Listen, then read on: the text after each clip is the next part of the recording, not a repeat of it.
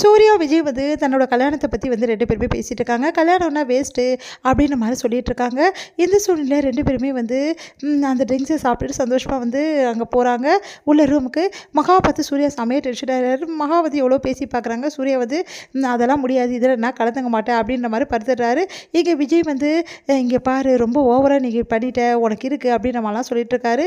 இந்த சூழ்நிலை இங்கே மகாவும் வந்து நம்ம வந்து காவேரி ரொம்ப டென்ஷனாக இருக்காங்க. அடுத்து வந்து இவங்க ரொம்ப ரொம்ப மனசு கஷ்டத்தோடு வந்து உட்காந்துருக்காங்க. இதை பார்த்தா தாத்தாங்க 2 பேருமே வந்து என்னம்மா ஏன் இவ்வளோ மனசு கஷ்டம் உட்காந்துருக்கேன், ஒன்றும் இல்லை தாத்தா அப்படின்னு நம்ம சொல்லிடுறாங்க. தாத்தாக்கு 2 பேருமே வந்து ஒரு ஐடியா பண்ணுறாங்க, எப்படியாவது பேத்திங்களை சந்தோஷப்படுத்தணும்னு சொல்லிட்டு இங்கே மகாவோட ஃபேமிலியும் அதே மாதிரி நம்ம வந்து காவேரியோட ஃபேமிலியும் வந்து வர வைக்கிறாங்க. பார்த்தா வந்து கோட்டீஸ்வரியும் அதே மாதிரி நம்ம காவேரியோட அம்மாவும் வந்துடுறாங்க. பார்த்து ரொம்ப சந்தோஷப்படுறாங்க 2 பேருமா. எப்படிம்மா அப்படின்னு சொல்லிட்டு காவேரி சந்தோஷத்துக்கு அளவே இல்லை. நீ எப்படிம்மா அப்படின்னு சொல்லிட்டு கங்காவும் வந்து சொல்கிறாங்க. இதுக்கெல்லாம் காரணம் அவர் தான் அப்படின்னு சொல்லிட்டு காட்டினோன்னே பார்த்தா தாத்தா வராரு. தாத்தா பார்த்து தாத்தா நீங்களா எங்கள் அம்மா வர வச்சது அப்படின்னா, ஆமாம்மா நீ ரொம்ப கவலையாக இருந்த, அதனால தான் அம்மா வர வச்சேன், இப்போ ஒன்று சந்தோஷம் தானே அப்படின்னோடனே ரொம்ப சந்தோஷம் தாத்தா அப்படின்னு சொல்லிட்டு காவேரி வந்து அப்படியே சந்தோஷப்படுறாங்க.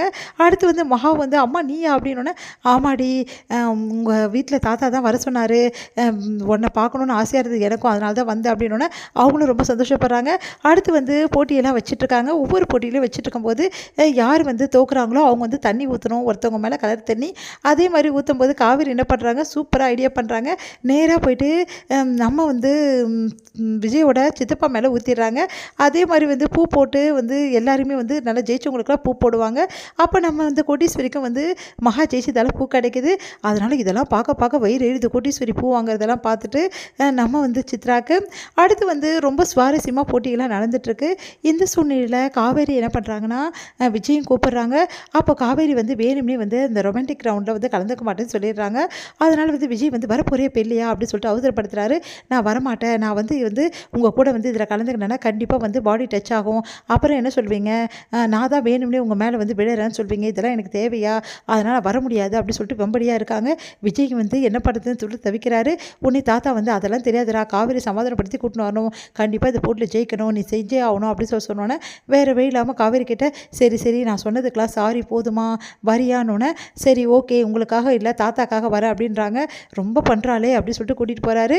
வந்து அவ்வளோதான் நம்ம போட்டி கனவுலாம் முடிஞ்சு போச்சு, கண்டிப்பாக சூர்யா கலந்துக்க மாட்டார் நினைக்கும் போது கரெக்டாக சூர்யா வந்து போட்டியில் கலந்துக்கிறாரு.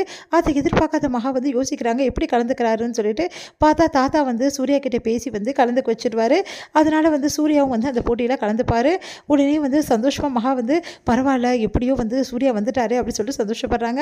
இந்த சூழ்நிலையில் நம்ம மகாவும் சூர்யாவும் அதே மாதிரி காவேரி வந்து விஜய் வந்து செம்மையாக வந்து பர்ஃபார்மன்ஸ் பண்ணிகிட்ருக்காங்க. இதெல்லாம் பார்க்கும்போது வந்து செம்மையாக டென்ஷன் ஆகுது நம்ம ராகினிக்கு. ராகினி வந்து செம்ம டென்ஷனில் வந்து காவேரிக்கு ஏதாவது ஒன்று பண்ணியே தீரணும் அப்படின்னு சொல்லிட்டு முடிவெடுக்கிறாங்க. அதனால் வந்து நிறைய விஷயங்கள் பண்ணணும் அப்படின்னு சொல்லிட்டு திட்டம் போடுறாங்க. கரெக்டாக காவேரியை வந்து ஏதாவது பண்ணணும் அப்படின்னு சொல்லிட்டு அவங்கள வந்து நீச்சல் குளத்தில் தள்ளிடணும் அப்படின்னு சொல்லிட்டு முடிவெடுக்கும் போது கரெக்டாக அங்கே பசுபதி வந்துடுறாரு. உடனே தடுத்து நிறுத்துகிற ராகினியை, நான் சொன்னேன் நேரையே எதுவும் இன்வால்வ் ஆகாதுன்னு, எதுக்கு உனக்கு இந்த வேலை இல்லை, அவளை விட மாட்டேன், அதெல்லாம் அப்புறம் பார்த்துக்கலாம், முதல்ல வா அப்படின்னு சொல்லிட்டு அழைச்சிட்டு போயிட்டு அட்வைஸ் பண்ணுறாரு. நீ கவலைப்படாத ராகினி, எப்படியாவது வந்து இந்த கேமில் அவள் ஜெயிக்காத மாதிரி நான் பண்ணிடுறேன் அப்படின்னு சொல்லிட்டு அவங்க பொண்ணுக்கு வந்து ஆறுதல் சொல்கிறாரு பசுபதி. இதோட முடியுது.